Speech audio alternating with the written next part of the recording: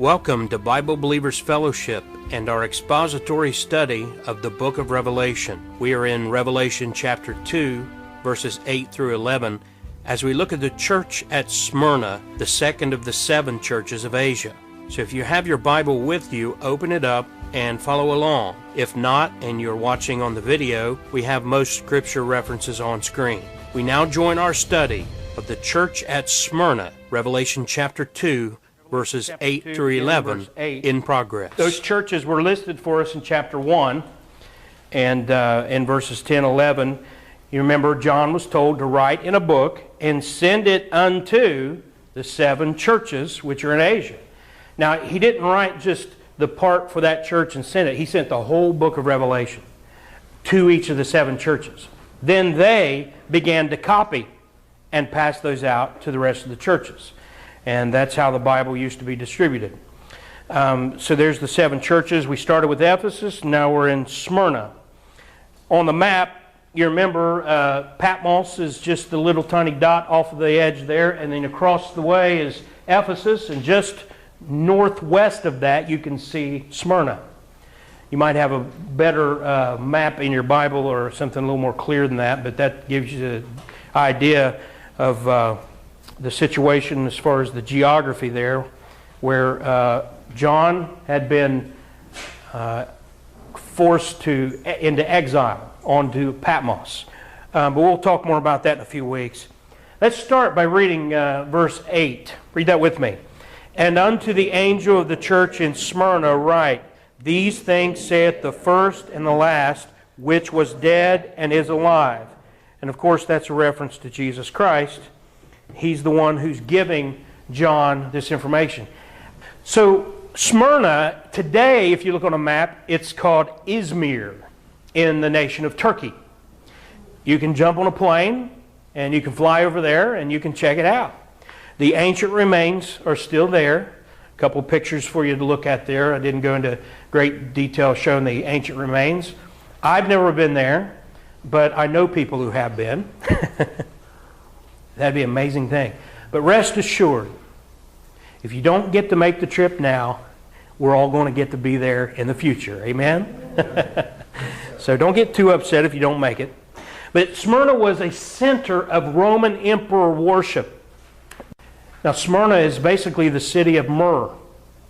Myrrh sounds familiar, doesn't it? It's identified with being crushed and applied to the dead. It's given to the dying and applied to the dead. And so it's identified with martyrdom, which is fitting, as we're going to see, the church of Smyrna, the persecuted church. Now, this is a very interesting quote from the Nelson Bible Dictionary. A guy named Herbert Lockyer Sr. He wrote a lot of these books of all the this and that's in the Bible. And he was editor of the Nelson Bible Dictionary. If you get one of those, get an old copy. Don't buy the new one. The new one has been totally it's not even worth your money. And this is just some information. It says, as early as 195 BC, Smyrna foresaw the rising power of Rome and built a temple for pagan worship, or pagan Roman worship. In 23 BC, we're getting close to the time of Christ, Smyrna was given the honor of building a temple to the Emperor Tiberius because of its years of faithfulness to Rome. Thus, the city became a center for the cult of emperor worship, a fanatical religion that later, under such emperors as Nero, who ruled 54 to 68 AD, and Domitian, who ruled 81 to 96, brought on severe persecution for the early church. So, that word myrrh that I said sounds familiar. It should, because it shows up 3 times in the life of Jesus Christ. Let's look at that real quick. In Matthew 2:11, you don't have to turn there. You can write it down. You can turn there if you want. But Matthew 2:11 says, and when they were coming to the house, they saw the young child with Mary his mother and fell down and worshipped him. You remember we talked about how by the time this happened, he was probably about 2 years old. Mm-hmm. And so all the little plays you see in churches, it's kind of like Hollywood, how they always mess everything up. They ought to have a 2-year-old little boy sitting there. Instead, there's always a little baby. And there's always 3 kings. The Bible doesn't say there's 3 kings, but you know what I mean? So anyway, they worshipped a 2-year-old little boy. And when they had opened their treasures, they presented unto him gifts, gold, frankincense, and myrrh. Now, I believe those gold represent his deity, frankincense, the purity of his life, and myrrh, his death. But there is myrrh brought to him at the time of his birth, there in Matthew 2:11. Then at his death, while he's dying on the cross, Mark 15:23 says, and they gave him to drink wine mingled with myrrh, but he received it not. So they offered him that at his death. And then the third one was in his burial, they didn't get to use it. Amen? So it shows up 3 times, but he doesn't use it. Now, Mary and Joseph may have taken that gold, frankincense, and myrrh and helped take care of the family with that stuff. That would have sold and made some good money or barter or whatever. But there's no record of Jesus using the myrrh. And John 19:39, and there came also Nicodemus, which at the first came to Jesus by night. John 3, remember, you must be born again. That's who he was talking to. He was talking to Nicodemus. And Nicodemus, it says, brought a mixture of myrrh and aloes, about 100-pound weight. So he's got this 100-pound bag of myrrh and aloes ready to put it all over the body of Jesus, and there ain't no body. Amen? He's been resurrected. So you kind of get this picture of myrrh and how it plays in the life of Christ. And here you are with the church at the city of myrrh, Smyrna. And so it's fitting that we read in verse 9, read that with me. I know thy works and tribulation and poverty, but thou art rich. And I know the blasphemy of them which say they are Jews and are not, but are the synagogue of Satan. So he says that they are a hard-working bunch, and they suffer a lot of tribulation, and they're poor as church mice, but they are rich. That's not a contradiction, folks. Amen. Smyrna is the persecuted church. We get some persecution in this country, we'll obviously see a revival. Amen. This is what Jesus said. Go ahead and turn there. Matthew chapter 5. Matthew 5, 10, 11. Read that with me. Blessed are they which are persecuted for righteousness' sake, for theirs is the kingdom of heaven. Blessed are ye when men shall revile you and persecute you, and shall say all manner of evil against you falsely for my sake. This is true about all believers. And you are blessed when you're persecuted, but let's just make sure we put the legal disclaimer in there, for righteousness' sake. If you're a jerk and people don't like you, that doesn't count. Amen? You don't pay your taxes and you go to prison, I'm not even going to argue whether you're right and wrong, you're just stupid. Because they got the guns. Amen? It doesn't matter whether an income tax was legally ratified or not. You're going to go to prison, and I'll write you and send you a cake, but, that's all there is. Look what he says, finishing verse 12. Now read that with me. Rejoice and be exceeding glad, for great is your reward in heaven. For so persecuted they the prophets which were before you. We're in good company when we're persecuted.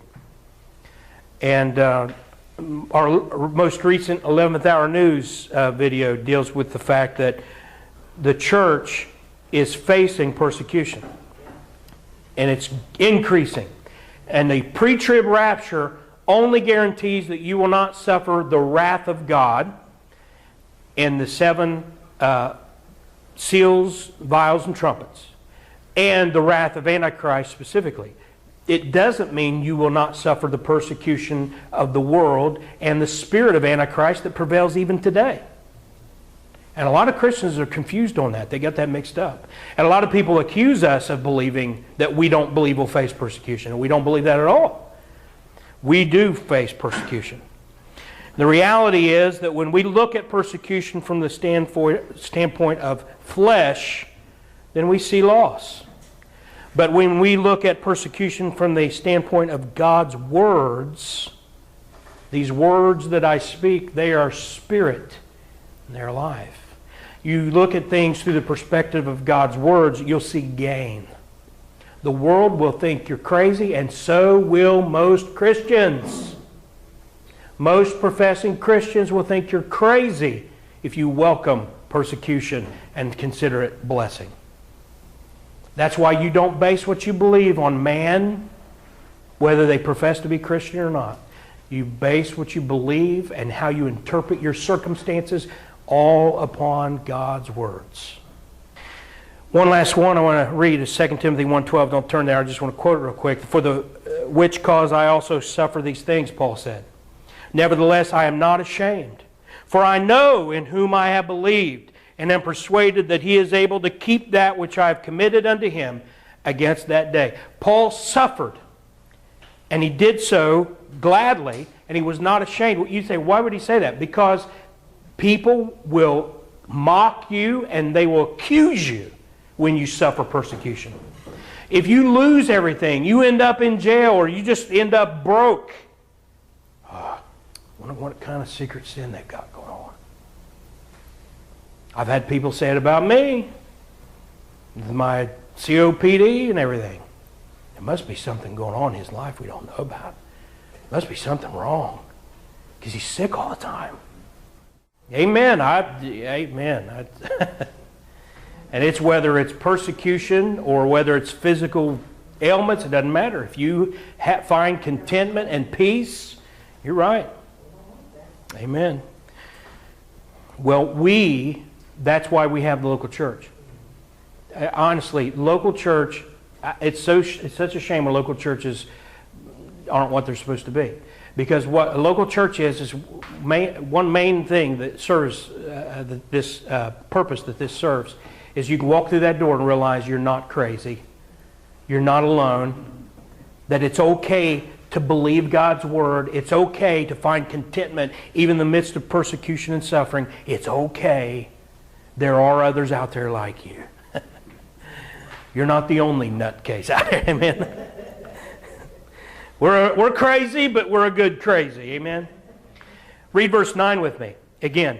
I know thy works in tribulation and poverty, but thou art rich, and I know the blasphemy of them which say they are Jews and are not, but are the synagogue of Satan. If you start doing your homework, you're going to find that there are very few groups, even within Christianity, that don't fit that description. Look at that closely. The blasphemy of them which say they are Jews and are not. Now, these people will claim to be Jews and they're not, and then they'll accuse the real Jews, the ones over in Israel and the 3 million in New York, they'll accuse them of being the synagogue of Satan. See how twisted that is? God says that He is going to disperse the real Jews around the world, and then in the last day bring them back to their land, which He is doing right now. And that's what I was going to tell. Thomas had brought up last week or week before about the Valley of Dry Bones, and I want to specify that I believe the Valley of Dry Bones is being fulfilled.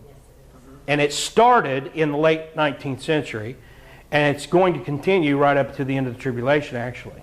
I believe that that's then at the end of the tribulation is when they get the spirit. Right now they're getting the flesh and put on the bone. They're the true Jews. But there's all these groups. And this heresy among Christian churches claiming to have replaced Israel began during the 1st and 2nd centuries and was permanently embodied in the Roman Catholic papal cult by the 4th century. And most other cults follow suit. Now I want to tell you something. This heresy began among many of those people called church fathers. Oh, yeah. I want you to understand something. The church fathers, many of them were heretics. And if you wonder why so many people get into heresy and go into these weird denominations, it's because they abandon the Bible and adopt the church fathers. And I have family and friends who were raised in Bible churches, and they went off to seminary, and they got their heads filled with the church fathers, and they walked away from the Bible. And now they'll argue that the Bible isn't sufficient. Yeah. And let me tell you one other thing before we move on. There's only one reason you've even heard of the church fathers. Rome, for 1,000 years, went through the entire continent of Europe and down into Africa and Asia and the Middle East. And anything that they found that didn't agree with their doctrine, they burned it. The only reason the church fathers' writings exist is because they were heretical. And a few snuck in because Polycarp and Tertullian, they snuck in even though they contradict a lot of Catholic doctrine, but they kept them because they confirmed other doctrine. Like Tertullian came up with the word Trinity and gave a defense of the Trinity. Polycarp was well known already among Christians as having been in contact with the apostles, and so his writings were spared. But most Bible-believing Christians that believe what we believe, Rome found their writings and destroyed them. And the only reason you even know who the church fathers are is because those writings were preserved by the inquisitors, because it matched Rome's heresies. Justin Martyr, have you heard of Justin Martyr? Justin Martyr was one of the first people to originate this heresy of the church replacing Israel. I think it's Tryphus was a Jew that he was writing against, and you'll find those doctrines espoused in Justin's works. Now here's just a short list of groups that pretend to be the true Jews or pretend to have outright replaced Israel. The Roman Catholic Vatican cult, Eastern Orthodoxy, Islam, amillennial Protestants. Those are people who don't believe in any millennium. Post-millennial Protestants, they believe that we're going to conquer the world with the gospel, and 1,000 years later Jesus returned to congratulations on a job well done. The Church of Jesus Christ of Latter-day Saints, Romney. The Watchtower Society, Jehovah's Witnesses, Armstrong cults. I want to show you a few. Here's a Roman Catholic website. The Catholic Church is Israel.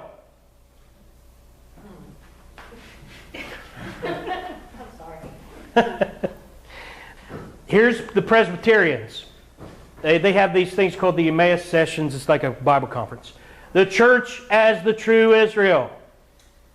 Here's the British Israel World Federation. Yes, Prince Charles is the one of the descendants of the 12 tribes. You ever heard of British Israelism? Mm-hmm. Yeah, they believe that the crown in England is descended from the kings of Israel. And that if you're British, then in some way or another you actually are a part of that 12 tribes, the lost 10 tribes they call it, the lost 10 tribes. Which is funny since, except for King James, none of them had a Jewish name. No. Yeah. Befitting if the queen was named Jezebel, but anyway. Here's the British Israel Church of God. You see USA and Britain in the Bible. I'll just show you. I'll just put a few on here for you. But here's an example. This is a site that's pretty popular among these guys, and it's called Real Jew News. In the middle, the word Jew, as you sit there, it flashes in between. It goes to Real Zionist News, and it goes back and forth. See, they claim to be the real Jews, and so they're the real Zionists, and I guess America is Zion. Here's the United Church of God and United States and Britain and all that. That's just a few examples of it. So I don't know if you've seen that before, but if you do any research on it at all, I'm afraid you're going to find out that you're probably surrounded by people who believe that. They just don't talk about it a lot. And they try to be very kind of sneaky about it too. If they know that you're against it right off, they'll try to just put little things out there to get you to start questioning the Jews and Israel, and then eventually they'll start giving you DVDs and things like that to try to indoctrinate you. So verse 10, he says, "Fear none of those things which thou shalt suffer. Behold, the devil, now look, I want you to look at that. The devil shall cast some of you into prison, that ye may be tried. And ye shall have tribulation 10 days. Be thou faithful unto death, and I will give thee a crown of life. Now listen, God has His reasons, and we had just better get used to that fact. He says that the devil will be allowed to cast some of them in prison, that they may be tried. My best explanation to you is this. All God has asked of us is that we sacrifice our bodies, that we present our bodies as a living sacrifice, Paul said, Romans 12:1 and 2, for the little sliver of time that you live in the here and now. Now, I am not here to tell you that that's easy, because in the flesh it's impossible. Amen. You had better crucify the flesh. Be filled with the Spirit. Filled with God's words. Filled with the purpose of God in your life. And allow Him to have His way, knowing that this little tiny sliver of time is going to be like nothing in eternity. And you will be raised to eternal life, and you will not sit at any point, I promise you, at any point in the kingdom will you sit there and say, boy, that was really a bummer. You will not give it a second thought. I think of it like, when you were a kid and you did something you even deserved. And, in my day, my dad got the belt out and gave me a wallop, a few on the rear end. And I mean, that song always comes to my mind. Fire! But here I stand before you 30 years later or something. I don't remember that. I don't remember, I remember it happened, but I'm not sitting here feeling that pain. I don't sit around, I don't ever call my dad up and say, man, that wasn't right. And that's the way in heaven it's going to be. So we really need to pray about this now. We need to be prepared now and say, God, I know I probably would fail you miserably in my own power. But I'm asking you to strengthen me, give me that sacrificial spirit and attitude that no matter what you do, I'm okay with it because I know what's coming. And don't let anybody make you think for a moment that there's something wrong with you thinking about your reward in the future. Listen, God told us about that reward. If He didn't want you to think about it and be motivated by it, He wouldn't tell you.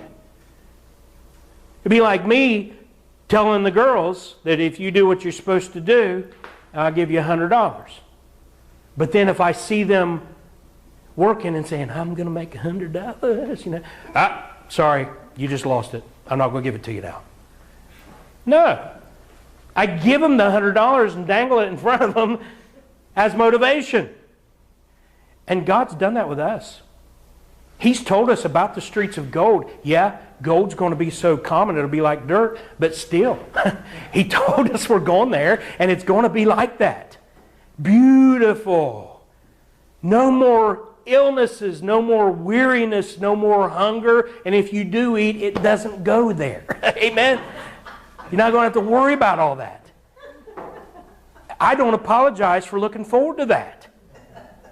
Because I like to eat. And I think I'm going to like to eat then. I'll have a glorified... Can you imagine what those taste buds are going to be like? They're glorified, ain't it?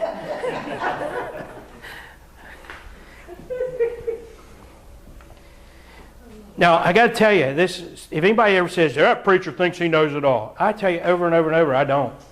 Ye shall have tribulation 10 days. I have no idea what that means. I'm just being honest with you. And I've read men who tried, and they should have just said that. We're not really sure. Although I am pretty sure that the people in Smyrna, I think for 10 solid days something happened. in that church. But as far as the churches, because the message is to the churches and to us, some say, well, 10 days represents, just a time period. And we don't, maybe, I don't know. Maybe you pray about that. You pray about that and think about it. But he does say, ye shall have tribulation. That much we know and understand what he's saying. Ye shall have tribulation. But he says this, be thou faithful unto death, and I will give thee a crown of life. Now, be careful with that. He says, I will give thee a crown of life, and heretics make that to say, I will give thee eternal life. That's not what it said. Mm-hmm. This is a crown. Is that the martyr's crown? Huh? Is that the martyr's crown? I just like to call it the crown of life. Because some of these guys I've seen, they rename these to try to fit and describe them. But I don't think it's going, because martyr, people think of dying. I don't think you have to die to get this. This is being faithful unto death. Well, what if it's a natural death? If you were faithful to your natural death, I think you get this. If you have suffered persecution and you have faced trial and you're faithful unto death, you get the crown. It's a reward for the saved. It's not a reward. It's like we say, you don't work to be saved. You work because you're saved. You don't get that crown to be saved. You get the crown because you are saved and you're faithful unto death. And you remember, this goes hand in hand with it, but this is how we ended the Church of Ephesus short letter. He says in verse 11, read that with me. He that hath an ear, let him hear what the Spirit saith unto the churches. He that overcometh shall not be hurt of the second death. Now again, they'll try to make that say that you have to work and endure and then you're saved. That's not what it's saying. Why? We talked about it last week, 1 John 5, 4 and 5, remember? For whatsoever is born of God overcometh the world. If you've been born again, you've already overcome the world. And this is the victory that overcometh the world, even our faith, not by works of righteousness which we have done, but according to His mercy He saved us. Look what verse 5 says. Who is he that overcometh the world? But he that believeth that Jesus is the Son of God. If you believe that, you've already overcome. It's that simple. So why does he say second death? Believers die once and then are raised to eternal life. Unbelievers die twice. And they remain eternally dead. That second death is not cessation. It's a state. And you remain eternally dead in trespasses and sins. He that is filthy, let him be filthy still. That's how it ends. You suffer eternal torment in a lake of fire. That's the second death. It's not cessation. Now you've been promised you will not suffer that if you've overcome by believing in Jesus Christ. You will not suffer. But Jesus warns those who have not believed. In Matthew 9:44, he describes this place as where the worm dieth not and the fire is not quenched. It's a simple statement that it's eternal. It's without end. Well, Revelation 14:11 we'll read in a few weeks. And the smoke of their torment ascendeth up forever and ever, and they have no rest day and night, day nor night, who worship the beast in his image, and whosoever receiveth the mark of his name. Now, if you believe that those who take the mark of the beast are going to suffer that, you have to believe that that's descriptive of the lake of fire for everyone who goes there. That's just the way it is. For solid King James Bible preaching and teaching, along with the encouragement of the Psalms, hymns, and spiritual songs, tune in to our internet radio station, available every day, 24 hours a day, at bbfohioradio.com. Join listeners from over 150 nations, all 50 U.S. states, and other U.S. territories who are tuning in and receiving free Bible teaching at bbfohioradio.com.